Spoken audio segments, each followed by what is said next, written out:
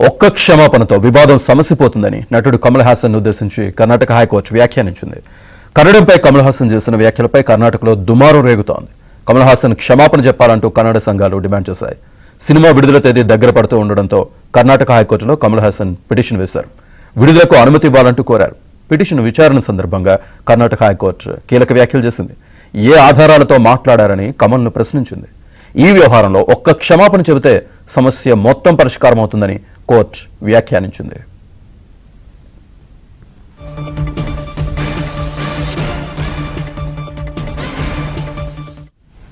కమల్ను ఉద్దేశించి కర్ణాటక హైకోర్టు చేసిన వ్యాఖ్యలకు సంబంధించి పూర్తి సమాచారాన్ని మా కరెస్పాండెంట్ రిత్విక్ అందిస్తారు. రిత్విక్.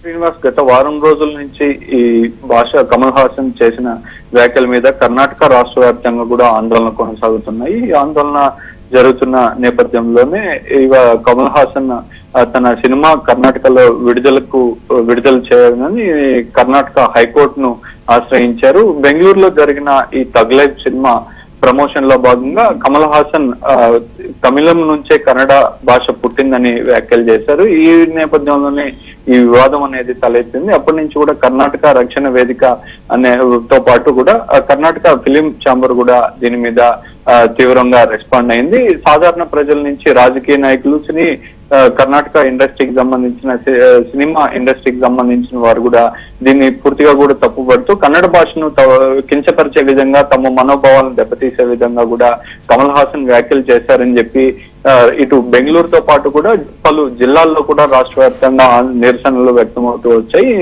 ఈ పరిస్థితుల్లోనే కర్ణాటక ఫిలిం ఛాంబర్ కూడా ఒక నిర్ణయం తీసుకుంది. కర్ణాటకలో తగ్ లైఫ్ సినిమా విడుదల పూర్తిగా నిషేధించాలని చెప్పి, ఎక్కడ విడుదల చేయకూడదని చెప్పి కూడా నిర్ణయించడంతో కర్ణాటక హైకోర్టును కమల్ హాసన్ ఆశ్రయించడం జరిగింది. గత 2 రోజుల ముందు కూడా పిటిషన్ దాఖలు చేశారు. అయితే ఇవాళ విచారణ చేపట్టడంతో కమల్ హాసన్ మీద ఈ తమిళం నుంచే కన్నడ భాష పుట్టిందనేందుకు ఎలాంటి ఆధారాలు ఉన్నాయని, ఎలాంటి ఆధారాలతో ఈ వ్యాఖ్యలు చేశారని చెప్పి ప్రశ్నించడంతో పాటు ఒక క్షమాపణ చెప్తే ఈ సమస్య మొత్తం పరిష్కారం అవుతుందని చెప్పి కూడా కర్ణాటక హైకోర్టు వ్యాఖ్యానించిన పరిస్థితి ఉంది. అయితే కమల్ హాసన్ దీని మీద నిరసనలు వ్యక్తమవుతున్న పరిస్థితుల్లో కమల్ హాసన్ కూడా స్పందించడం జరిగింది గత 2 రోజులకు ముందు. అయితే తను ఎలాంటి తప్పు చేయలేదని, ఎలాంటి పొరపాటు మాట్లాడలేదని చెప్పి, తాను మాట్లాడిన దాన్ని కట్టుబడి ఉంటానంటూ కూడా ఆయన వ్యాఖ్యలు చేశారు. ఈ నేపథ్యంలోనే కూడా ఈ వివాదం అనేది మరింతగా కూడా ముదురుతూ వస్తుంది. అయితే ఇవాళ కర్ణాటక హైకోర్టు చేసిన వ్యాఖ్యల మీద కమల్ హాసన్ తదుపరిగా ఎలా స్పందిస్తాడనేది ఇప్పుడు ఆసక్తిగా నెలకొంది.